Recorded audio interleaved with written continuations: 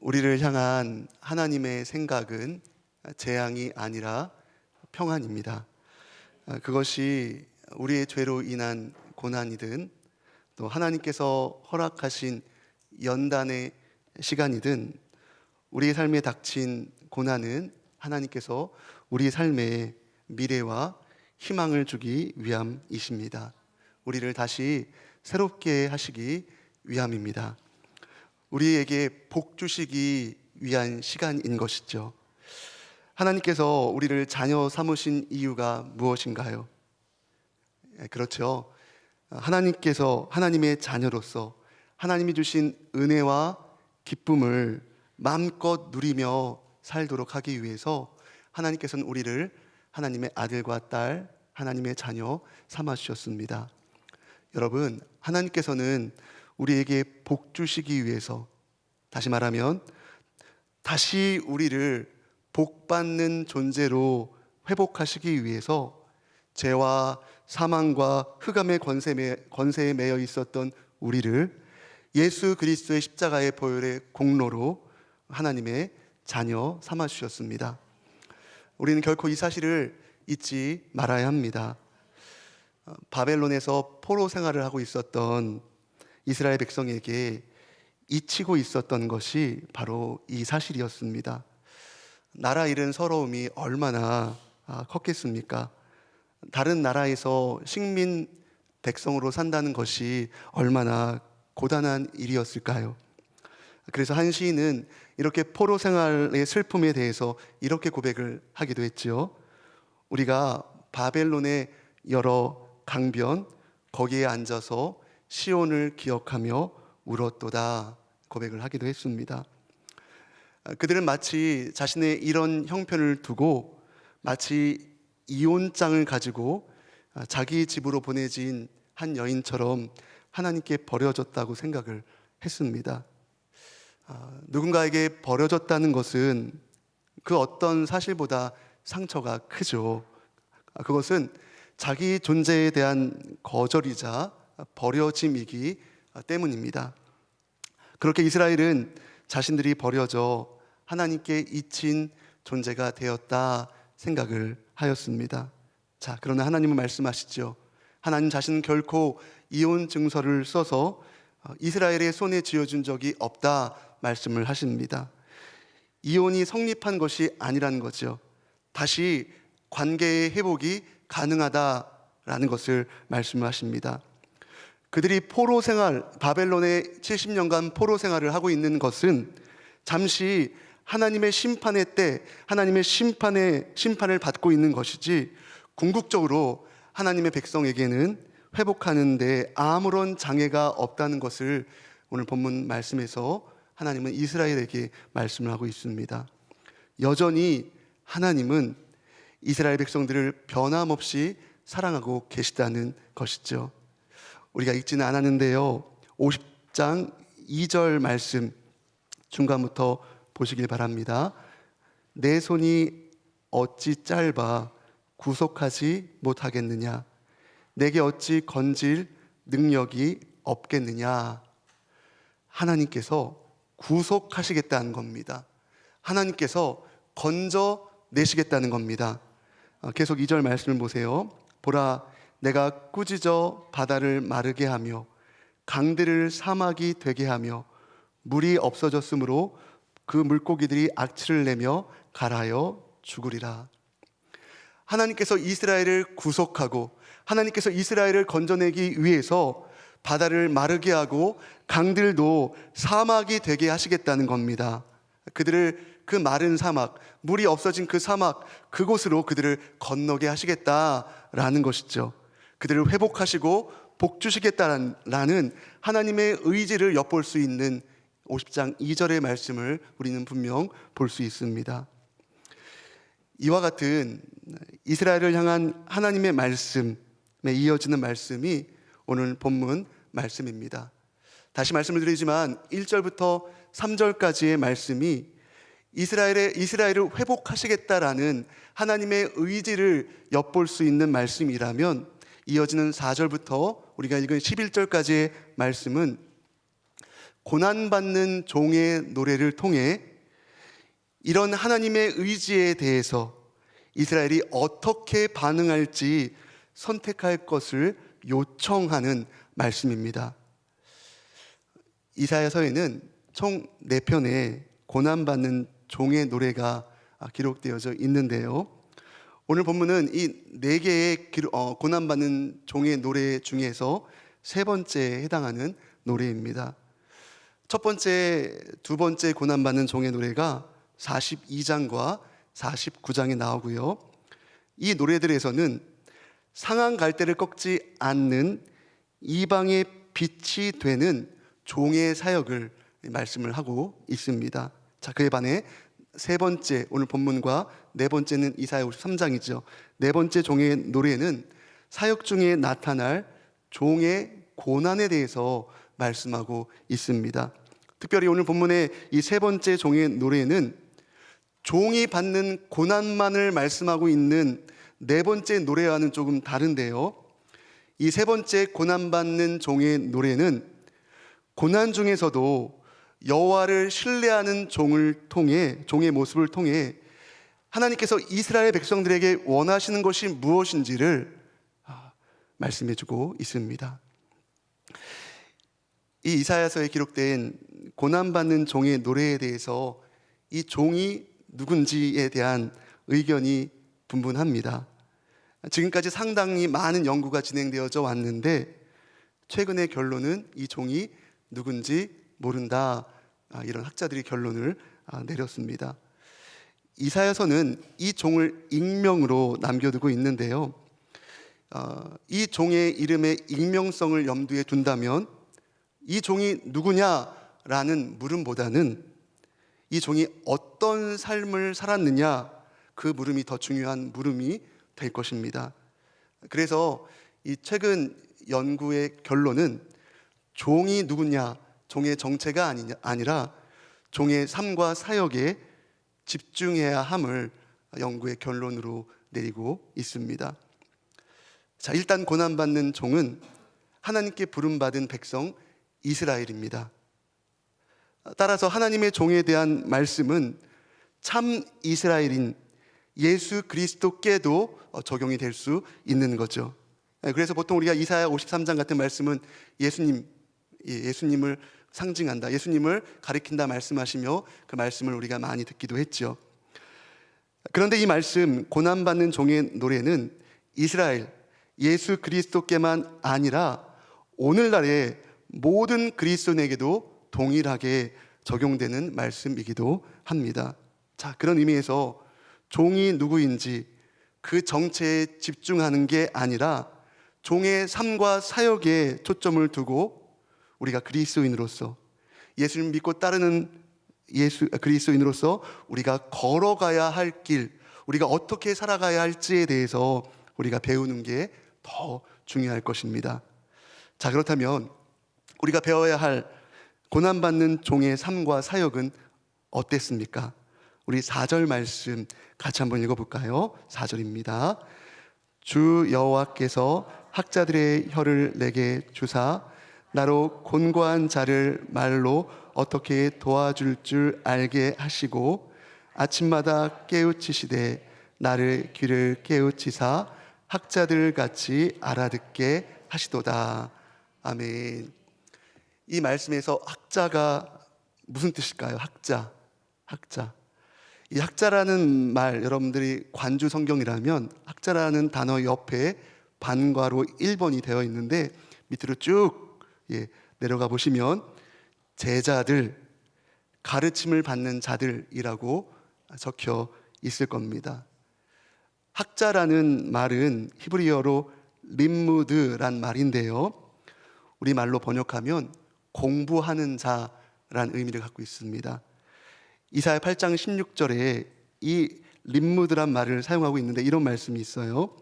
너는 증거의 말씀을 싸매며 율법을 내 제자들 가운데서 봉함하라. 여기서 제자라는 단어가 림무드입니다.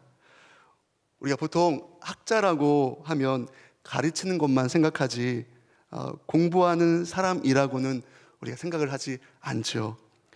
그래서 방금 읽은 본문 4절 말씀에서 학자라는 말은 제자로 번역하는 것이 더 좋을 것입니다.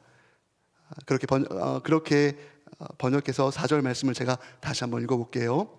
주 여호와께서 제자들의 혀를 내게 주사 나로 곤고한 자를 말로 어떻게 도와줄 줄을 알게 하시고 아침마다 깨우치시되 나의 길을 깨우치사 제자들 같이 알아듣게 하시도다. 그렇습니다. 고난받는 하나님의 종은 제자로서 하나님의 말씀을 듣는 일에 힘썼습니다.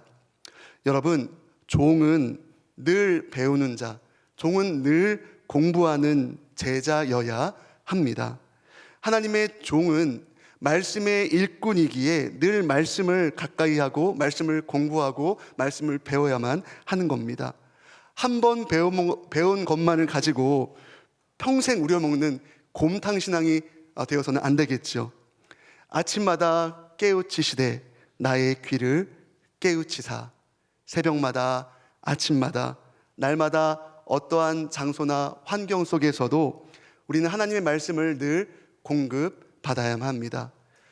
유통기한이 지난 것이 아니라, 시간이 지난 것이 아니라 그날의 신선한 양식, 영의 양식을 받아서 그것을 우리가 누리며 살아가야 한다는 거죠. 가장 좋은 방법은 지속적인 기도와 지속적인 말씀 묵상이겠죠. 여러분 기억하십시오.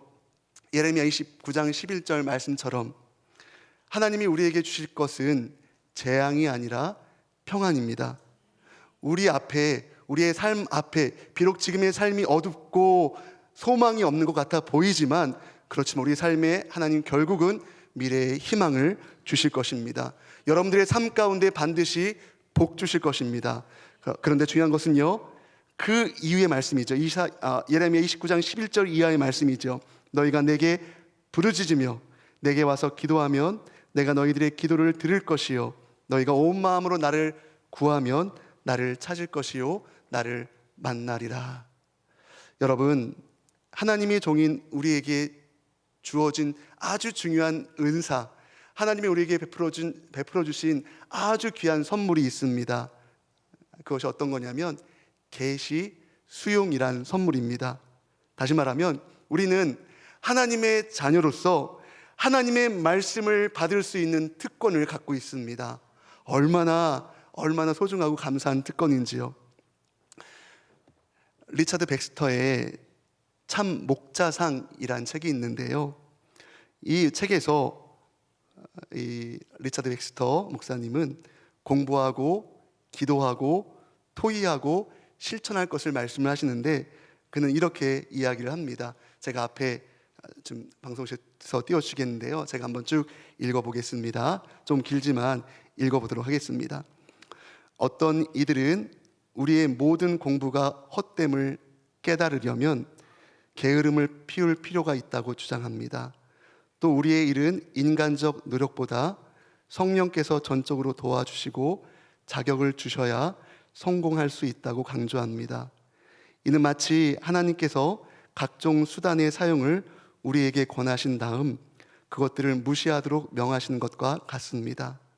하나님께서는 우리를 안일한 과정 속에서 번성하게 하시다가 우리가 잠든 동안 꿈으로 우리에게 지식을 주기도 하시고 우리가 이 땅에서 게으름 피우는 일 외에 다른 것을 생각하지 않을 때 우리를 하늘로 데리고 올라가서 그의 비밀을 계시하기도 하신다는 것입니다. 이렇게 주장하는 사람들은 자신의 게으름을 통해 성령을 소멸하고 나서 이 일이 마치 성령의 뜻으로 일어난 양 가장하는 자들입니다. 이 얼마나 뻔뻔스럽고 수치스러우며 부자연스러운 행위입니까?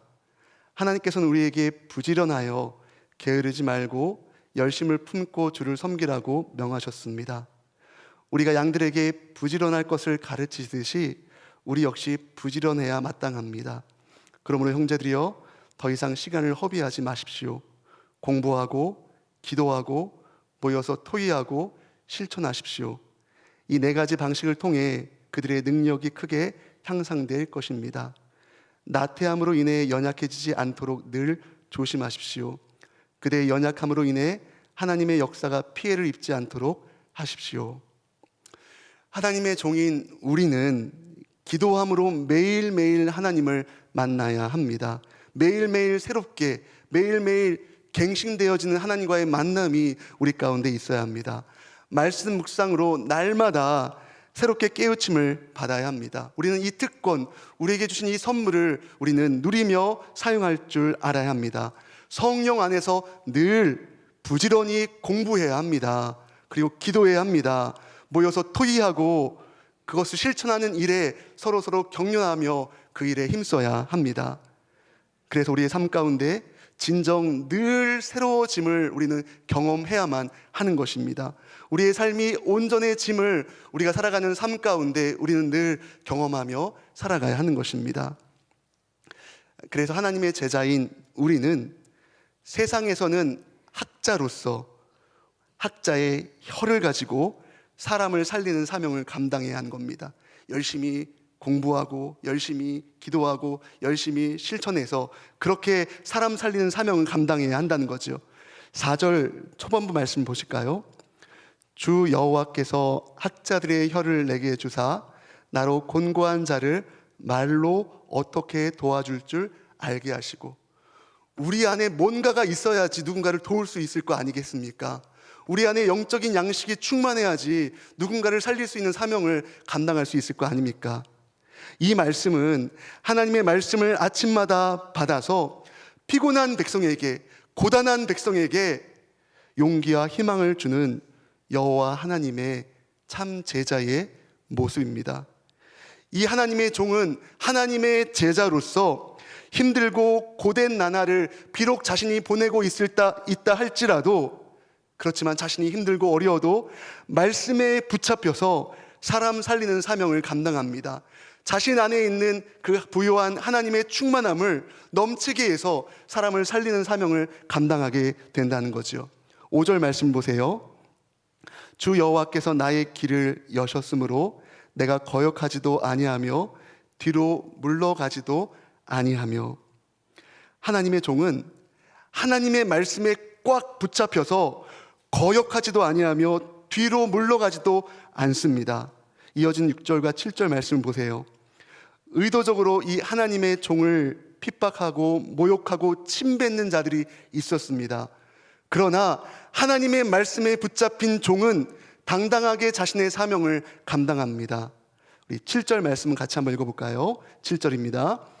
주 여호와께서 나를 도우심으로 내가 부끄러워하지 아니하고 내 얼굴을 부싯돌같이 굳게 하였으므로 내가 수치를 당하지 아니할 줄 아노라. 아멘. 하나님의 종은 대적들의 의도에 넘어가지 않습니다.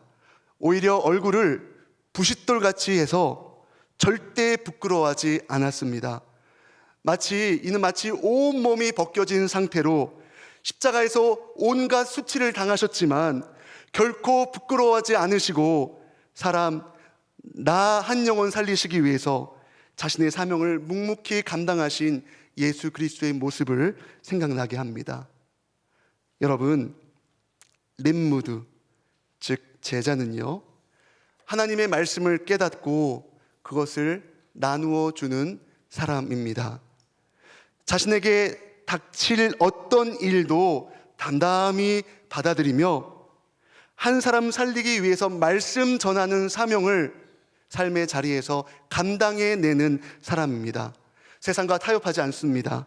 세상에 위축되지도 않습니다. 먹고 사는 데에 연연해하지 않습니다. 예수 믿는 사람답게 말씀을 살아내므로 사명을 감당하는 사람입니다. 예루살렘에 들어가면 생명에 큰 위협이 있음을 알았음에도 한 사람 살리겠다는 사명에 붙들린 바울이 아주 담대하게 이런 고백을 하지요. 나의 달려갈 길과 주 예수께 받은 사명, 곧 하나님의 은혜의 복음을 증거하는 일을 마치려 하면은 나의 생명을 조금도 귀한 것으로 여기지 아니하노라. 가장 높이 나는 갈매기가 가장 멀리 본다 말로 유명한 리차드 바크의 소설 갈매기의 꿈에서 주인공 조나단 리빙스턴은 먹는 것이 아니라 나는 것에 관심이 있는 갈매기였습니다. 다른 갈매기들은 먹고 사는 거에 관심을 두었던 반면에 이 조나단 리빙스턴은 나는 것에 관심이 있었던 거예요. 그래서 이를 이상하게 여긴 동료들로부터 따돌림을 당하고 급기야는 그 무리에서 추방을 당하게 되어지죠. 하지만 이 조나단 리빙스턴 이 갈매기는 계속해서 비행 연습을 합니다. 그리고 천국이라고 생각되는 보다 높은 곳에 도달을 하게 됩니다. 그래서 자신이 터득한 그 진리를 다른 갈매기들에게 나누어주기 위해서 자신을 추방했던 갈매기들에게 그는 돌아오죠. 진리를 발견한 후에 다른 갈매기들에게 그 진리를 나누어주기 위해서였죠. 사랑하는 여러분, 저와 여러분이 하나님 말씀에 붙잡힌 하나님의 말씀의 전달자로 그리스도의 생명을 지닌 그리스도의 향기와 편지로 피곤하고 고단한 백성들에게 용기와 희망을 전해주는 사명 감당하는 삶 살아가길 주님의 이름을 간절히 축원합니다.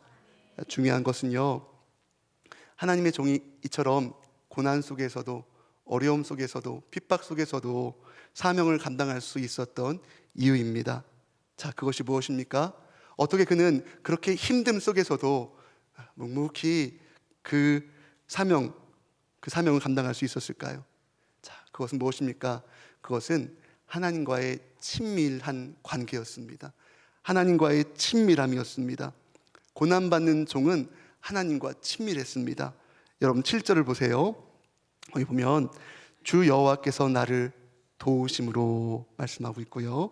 8절 보시면 나를 의롭다 하신 이가 가까이 계시니, 또 9절을 보시면 보라 주 여호와께서 나를 도우시리니, 이렇게 이야기하고 있습니다. 이 모두가 고난받는 하나님의 종이 하나님과 얼마나 친밀한 관계 속에서 있는지를 우리에게 보여줍니다. 그는 매일매일 하나님과 교제함으로 깊은 갖은 순환 속에서도 자신의 뜻보다도 하나님의 뜻을 우선에 두고 살았던 그러한 사명의 사람이었습니다.